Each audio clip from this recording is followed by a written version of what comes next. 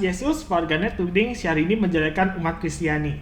Ini adalah salah satu contoh yang menarik bagaimana orang-orang yang tidak mengenal Yesus itu juga mencoba memahami Yesus.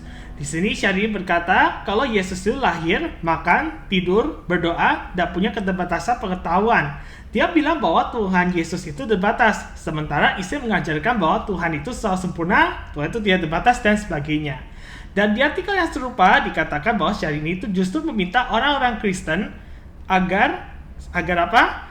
Agar harus bertanya sama diri sendiri apakah gagasan tentang Tuhan Yesus itu betul atau tidak. Dan apalagi dia itu adalah anak dan itu terbatas. Sedangkan di dalam padahal menurut kepercayaan dia Tuhan itu sesuatu yang tidak terbatas. Oke, kebetulan ini sempat dibahas oleh Paulus kepada jemaat di Filipi, dan ada ayatnya kita langsung buka aja Filipi 2 lah, kok kosong ya.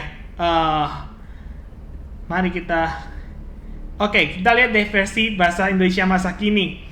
Ayat yang kelima, hendaklah kalian berjiwa seperti Yesus Kristus. Pada dasarnya ia sama dengan Allah, tetapi ia tidak merasa bahwa keadaannya ilahi itu harus dipertahankannya. Artinya Yesus itu meskipun dia adalah Tuhan dan manusia, dia tidak semena-mena menggunakan kekuatan Tuhan pada saat ada di bumi. Dan di sini dikatakan sebaiknya ia melepaskan semuanya lalu menjadi sama seperti seorang hamba. Ia menjadi seperti manusia, nampak hidup seperti manusia. Ia merendahkan diri dan hidup dan taat kepada Allah sampai mati, yaitu mati di salib. Sebab itulah Allah mengangkat dia setinggi-tingginya serta memberikan kepadanya kekuasaan yang lebih besar daripada segala kekuasaan yang lain.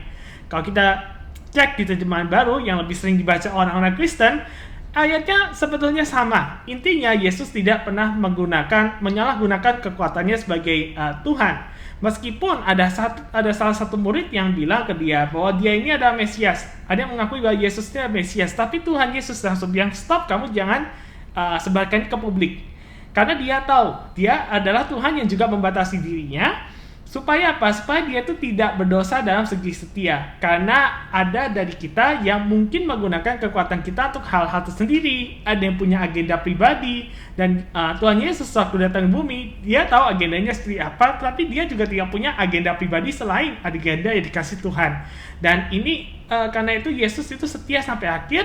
Termasuk Yesus itu sengaja membatasi dirinya supaya Tuhan Yesus itu benar taat. Dan kita tahu pada akhirnya Tuhan Yesus itu taat sampai di salib pun taat. Dia tidak lari, dia tidak langsung keluarkan kuasanya melawan orang-orang yang menawan dia. Tidak, malah justru di atas kayu salib kuasanya itu akhirnya nyata. So far itu sih jawabannya. Jadi kalau ditanya Tuhan kita itu kenapa terbatas, karena dia memang sengaja membatasi diri.